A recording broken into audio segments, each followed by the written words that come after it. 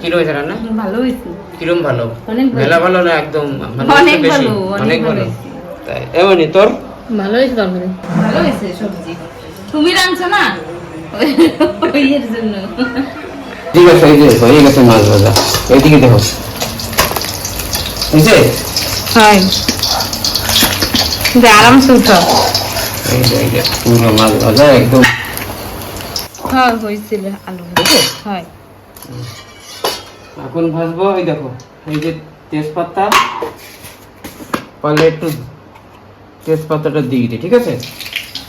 তারপরে অল্প কটা জিরে। আসো। এই যে আমার মশলা ভালো মতন দেখা হয়ে গেছে। এখন তোকে এতে আলু,